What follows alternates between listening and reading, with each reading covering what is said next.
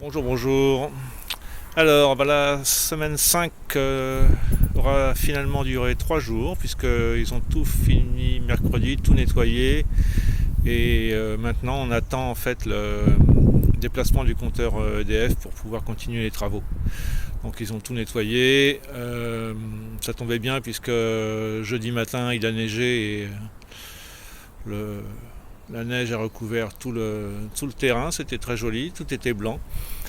Donc on va aller voir ça. Ils ont fait l'abri de jardin, ils ont fait le pas japonais, ils ont fait le rail, préparé le béton pour poser le rail du portail. Et puis j'ai eu la visite de l'électricien pour finaliser l'éclairage, comment on va faire ça.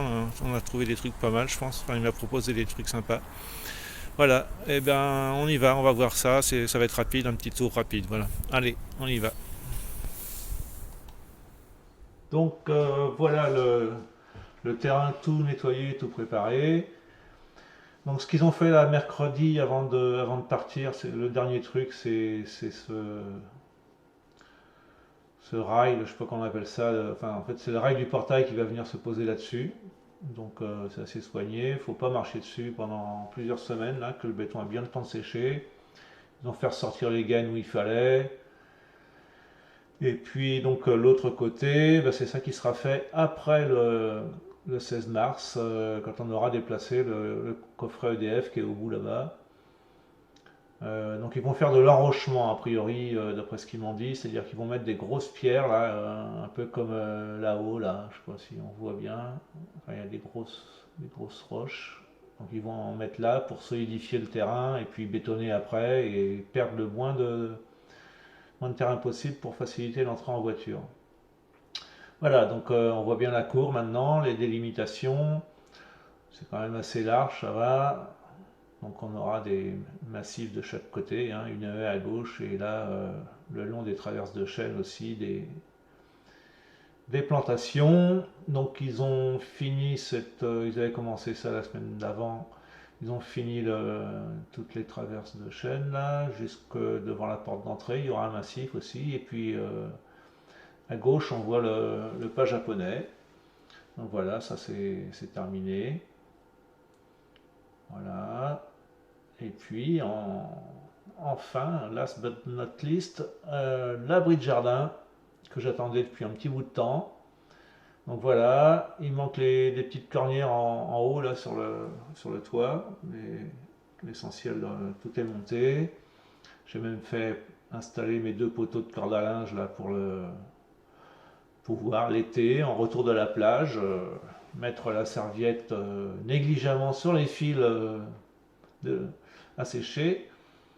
Voilà. Donc l'intérieur de l'abri de jardin, eh ben voilà, c'est pas très large, hein. Enfin, j'avais pas beaucoup de place disponible. Je pense qu'avec des étagères dans le fond, ça ira très bien. Et puis le vélo, ou même un deuxième vélo, là sur les côtés, comme ça, voilà, ça sera parfait. Il sera éclairé aussi, il y aura des prises. Moi, c'est très bien. Je vais pouvoir stocker du matos là-dedans et libérer certains trucs qui sont dans la maison. Donc ça, c'est plutôt pas mal. Voilà, donc voilà, ils l'ont monté en un jour et demi à peu près, hein. Ils ont juste eu un petit problème avec la gouttière, puisqu'elle était livrée avec l'abri de jardin, mais la sortie était prévue, enfin l'écoulement, là, la colonne d'écoulement, de l'autre côté. Et eux, ils avaient préparé l'évacuation par là.